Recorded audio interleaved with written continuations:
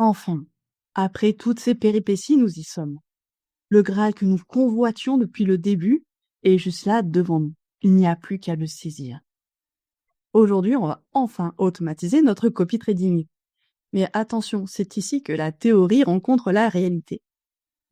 Que se passe-t-il quand on confie nos ordres à un courtier?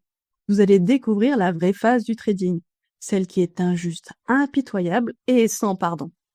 Je vous rappelle qu'il n'y a aucun conseil d'investissement dans cette émission. Tout ce que vous entendrez ici, ce sont mes réflexions et expérimentations d'une développeuse curieuse, pas une incitation à investir. Avant de plonger dans la suite, prenons un instant pour revenir sur le chemin parcouru. Dans le premier épisode, j'étais pleine d'enthousiasme et d'illusions. J'ai découvert le monde du trading de devises, ce grand casino numérique où tout bouge en millièmes de centimes. J'ai cherché un signal, trouvé des promesses et fait mes premiers calculs de gains, persuadé que l'automatisation allait me rendre libre. Je croyais que comprendre les chiffres suffirait à maîtriser le risque. Et puis j'ai plongé. J'ai appris à passer mes ordres, à manier le levier, à sentir cette montée d'adrénaline quand on croit avoir trouvé la formule magique. Sauf que la magie n'existe pas. Dans le deuxième épisode, j'ai commencé à regarder sous le capot. J'ai décortiqué la stratégie que je copiais, cherché la logique derrière chaque décision, et découvert l'envers du décor du copy trading. Entre des signaux contradictoires, des positions incohérentes ou un management du risque dangereux. Surtout des traders qui vendent leur méthode miracle sans l'appliquer eux-mêmes. C'est là que j'ai compris que les chiffres réels ne protègent pas de la naïveté. J'ai appris que suivre aveuglément, c'est renoncer à comprendre. C'est choisir d'être manipulé. Alors j'ai commencé à rétro-ingénierer ce que je recevais. Comprendre, corriger, tester et observer. Et à chaque ligne de code, je voyais un peu plus clair sur les vrais risques cachés derrière l'automatisation. Aujourd'hui, dans ce dernier épisode, on passe de la théorie à la pratique. Ce que j'avais imaginé comme la création d'un bot de trading s'est révélé être un saut dans la complexité. Parce que automatiser, c'est pas juste appuyer sur play, c'est choisir ce qu'on délègue, ce qu'on contrôle, ce qu'on accepte de perdre. C'est ça la vraie phase du trading. Pas celle des graphiques, mais celle des décisions.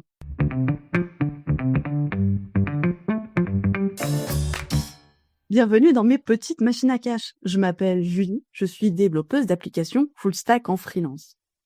Et s'il y a bien quelque chose que j'ai expérimenté, c'est que l'automatisation sans préparation solide ne fait qu'accélérer le crash vers lequel on allait déjà. Chaque fois que je conçois une stratégie, je me repose la même question. À quoi bon créer une machine à piloter ma stratégie si au fond elle n'est pas rentable? C'est pour répondre à cette question que j'ai créé mes petites machines à cash. Un outil simple pour apprendre à penser comme un investisseur ou un trader expérimenté, sans perdre de vue l'essentiel. Je sais que tout ça peut paraître fastidieux, poser les bonnes questions, structurer les idées, mettre à plat ses biais et ses limites. Alors j'ai conçu pour vous un jeu de 31 questions réparties en 4 niveaux, pour explorer votre rapport au risque, à la discipline, à la motivation et surtout à la réalité. Pourquoi se prêter au jeu? Parce que vos automatisations suivent vos objectifs. C'est pas seulement ce qu'une IA ou un développeur aura compris. Gratuite. Le lien de la bêta gratuite est dans la description. Vous aurez un accès en illimité à la première version. Et j'aimerais beaucoup avoir vos retours pour construire ensemble le cockpit parfait de vos petites machines à cash.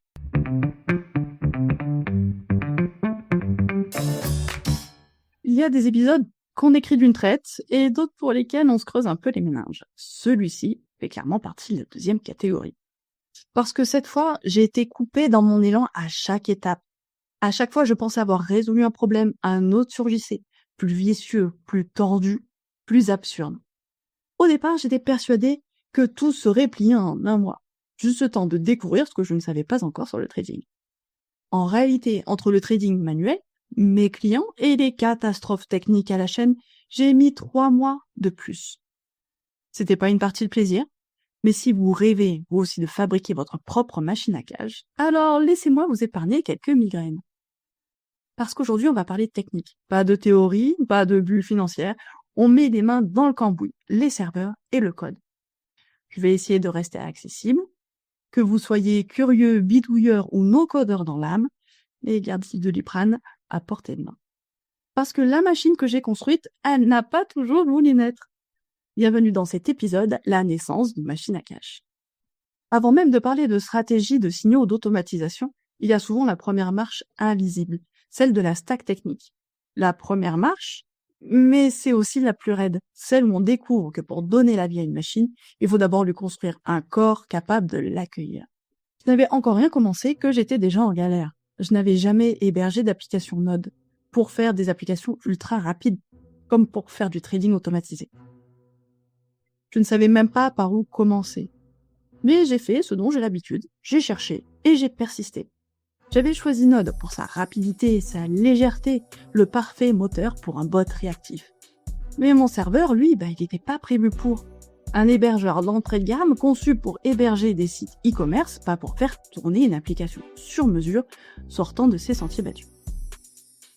J'ai donc passé une semaine entière dans la documentation à bricoler une solution de secours, une façon de ruser avec les limites du serveur, créer un petit espace isolé, un répertoire à part où je pouvais déposer mon bot et le laisser s'exprimer. Mais comment faire pour le faire grandir petit à petit ?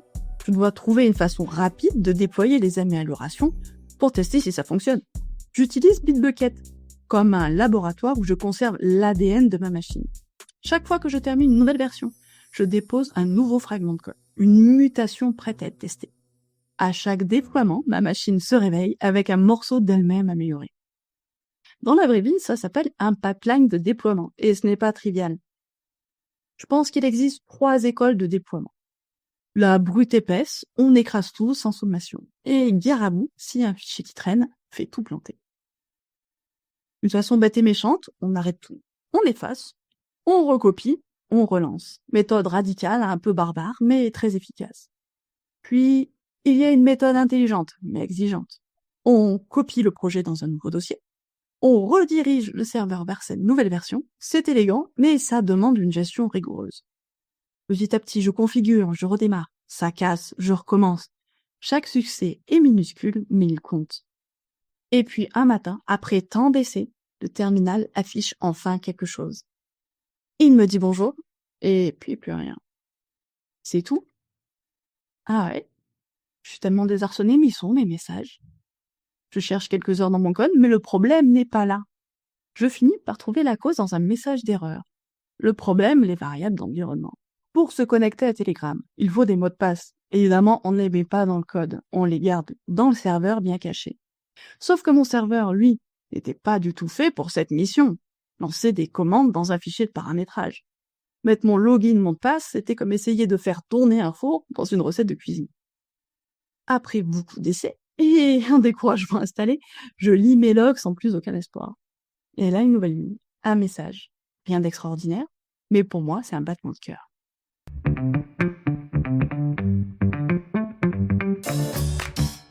L'euphorie est là, j'écoute. Mais elle ne dure pas longtemps. On a encore énormément de travail pour automatiser ce signal. Mais j'ai la sensation que le plus dur est fait. C'est l'ensemble de tout ce que je ne connaissais pas encore. Lire le message, c'est bien. Le comprendre, c'est mieux.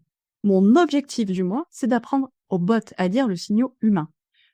By heure USD 1.1020, SL 1.0980, TP 1.1060. Pour un humain, c'est assez clair. On achète de l'euro face au dollar. On place une sécurité à 1.0980 et un objectif à 1.1060. Mais pour un robot, c'est du charabia. Je lui apprends à déchiffrer le langage du trading, à repérer le symbole, le sens, est-ce que c'est un achat ou une vente, le prix d'entrée et les fameuses bornes sécurité et profit. Seulement, il faut encore qu'il écoute ce que je vois. C'est là que Telegram entre en jeu. Le canal où le signal de trading est diffusé pour lui donner l'information en temps réel. Mais après des tas de tests, mon bot est sourd. Il n'entend pas le groupe. Il ne peut pas lire mes messages. Et pour cause, écouter un groupe Telegram, il faut être invité. Bien sûr, ce n'est pas dans la politique du signal de se faire copier par n'importe qui. Il faut ruser. Donc j'ai cherché une alternative. Et je l'ai trouvée. Il faut que j'écoute mes propres canaux. L'idée, c'est de faire en sorte que ne ce soit pas le bot, mais mon propre compte Telegram qui capte les messages, comme si je les lisais moi-même. Problème, mon compte contient aussi mes conversations personnelles. Je devais éviter que tout transite sur mon serveur. Heureusement, Telegram permet de filtrer les canaux. J'ai pu isoler uniquement celui du signal. Et là, miracle, mon bot a commencé à lire les messages enregistrés dans le journal de l'application pour constater la réception. Je voyais défiler les ordres comme des lignes de code vivantes, des paires de devises, des chiffres, des intentions de marché. À ce moment précis, mon bot n'était plus un simple programme, c'était une oreille qui écoutait le monde du trading. Malgré toutes les difficultés rencontrées, je savais déjà qu'il y aurait d'autres épreuves, mais une immense fierté m'a poussé à continuer.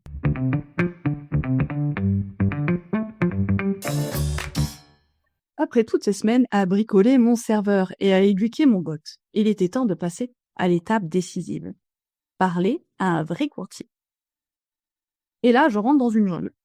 Des types d'ordres, des contraintes, des champs obligatoires, des abréviations qui n'ont de sens que pour l'API. Je découvre un monde où tout se dit en termes financiers. J'ai des deal ID, Epic, Expiry, Size, Direction. Je reconnais ces mots, mais pas comment m'en servir. En bref, c'est une langue étrangère.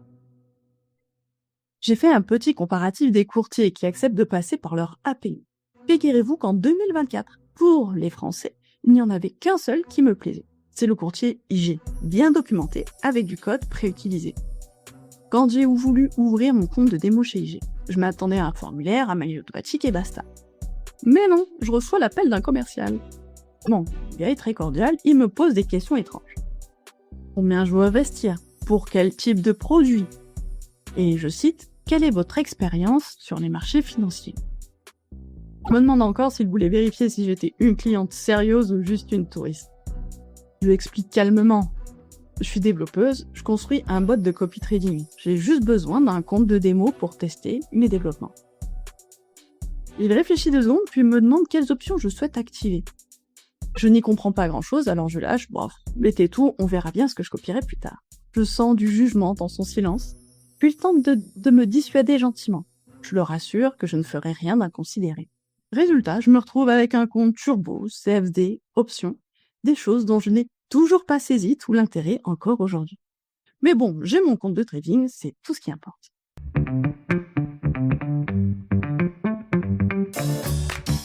Côté technique, IG propose bien une API, mais elle date, disons, d'une autre époque.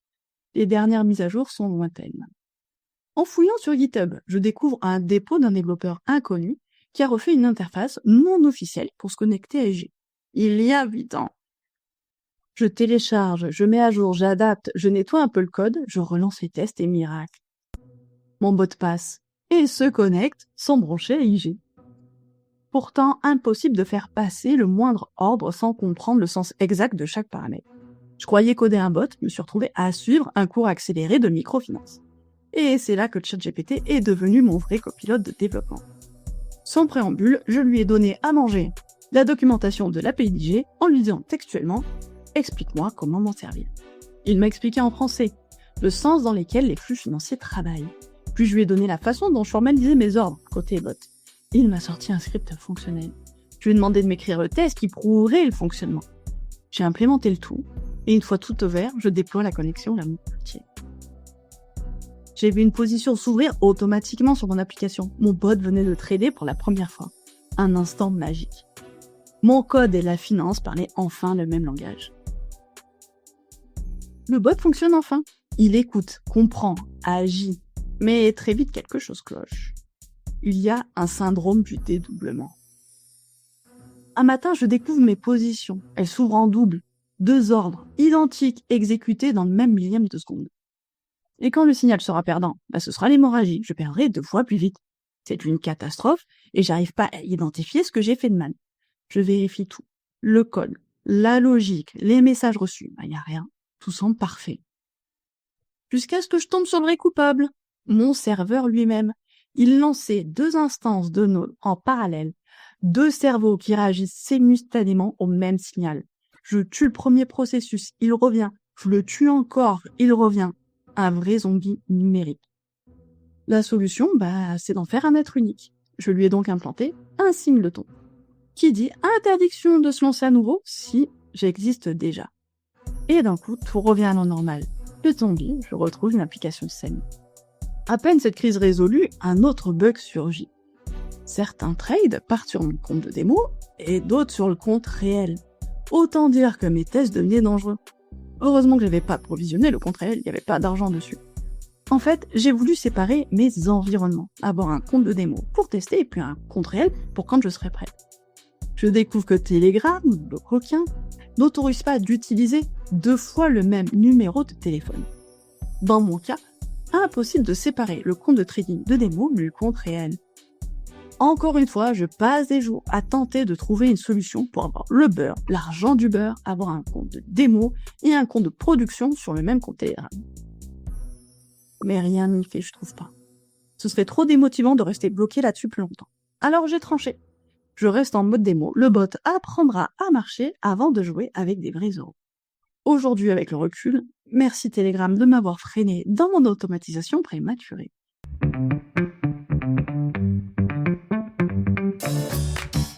Finalement, ce petit bot tourne pas trop mal. J'ai au fur et à mesure ajouté des fonctionnalités, de prise de profit générées, les paires qui avaient des positions simultanées, débugger les mauvais copier-coller du trader. Et je pouvais vérifier manuellement la cohérence. À ce moment-là, j'étais fière. J'avais l'impression d'avoir franchi une montagne. Mais une question me hantait toujours. Est-ce que ce que je copie est vraiment rentable? Le courtier me donnait mes résultats, mais il ne me disait pas ce que j'avais raté. Je n'avais aucun moyen de savoir si mes pertes venaient de moi, du signal, ou du hasard encore non identifié. Alors, j'ai créé mon propre système de reporting maison. Je me suis dit, ok, donc il me faut une base de données. Mais laquelle? Je mets quoi dedans? Je prends du PostgreSQL, est-ce que je prends du MongoDB, du NoSQL? Et là, l'évidence a frappé. Mais pourquoi faire compliqué? Je suis la seule à utiliser ce bot. Je n'ai pas besoin de multi-utilisateurs, ni d'accès public, alors j'ai pris un simple fichier JSON. C'est rustique, oui, mais d'une efficacité redoutable. Je stocke tous les messages reçus, les ordres que j'en ai déduits et ce que j'envoie au courtier, les erreurs que je reçois en échange et les résultats. Chaque ligne, c'est un petit fragment de vérité. Je peux enfin tout retracer et tout comparer. Qu'est-ce que j'ai envoyé? Pourquoi le courtier l'a refusé? À quel moment ça a déraillé? Ce fichier JSON, c'était ma boîte noire. Pas glamour, pas scalable, mais sans elle, je n'aurais jamais compris ce que ma machine faisait. Je récupérais le détail chez mon courtier, je le comparais aux messages reçus. J'aurais dû faire ça depuis le début. C'était 100% artisanal, et aujourd'hui, j'utiliserai une IA pour ça. Mais à l'époque, chaque bug passait par mes yeux. En tout cas, les résultats étaient édifiants. C'est à ce moment-là que je me rends compte que ce signal n'est pas automatisable du tout. Il dépend de la faculté du trader à faire des copier-coller à la vitesse de l'éclair et sans se tromper. Et puis sa bonne foi affichait tous ses trades perdants, car il y en avait un par semaine passé à la trappe en moyenne. Il suffisait pour réduire à néant tous mes efforts. Et puis il y a les frais. Je découvre sur les relevés de mon courtier des frais en cascade. Il y a des frais à l'ouverture, à la fermeture, à la garde des positions la nuit, mais aussi le week-end. Je ne comprends pas le sens de tout ça à l'époque. Mais ce que j'ai bien saisi, c'est que le rackettage là, il est à l'échelle institutionnelle. Je comprends maintenant pourquoi une application de trading clignote dans tous les sens. Leur métier n'est pas de nous faire gagner de l'argent. Leur métier, c'est de nous faire trader souvent. Je ne me décourage pas pour autant. Si ce n'est pas ce signal que je copierai, c'en sera un autre.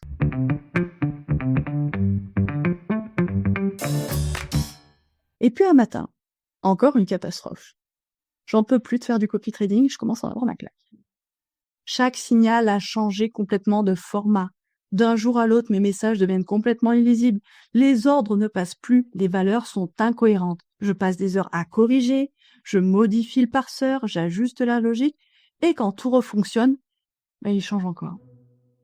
Cette fois, il n'envoie plus du texte, mais des images qui contiennent le signal.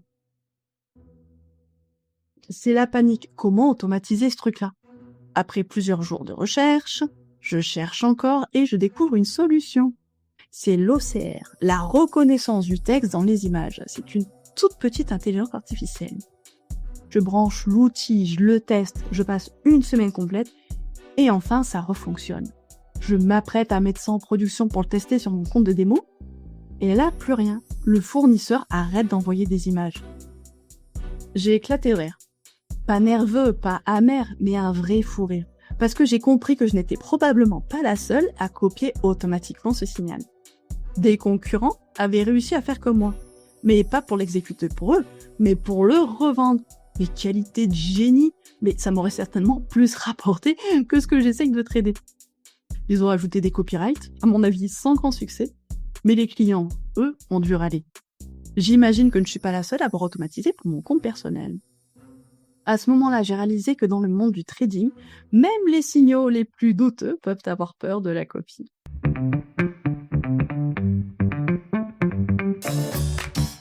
En conclusion, le copy trading automatisé, ce n'est pas magique. C'est technique, c'est capricieux, parfois injuste.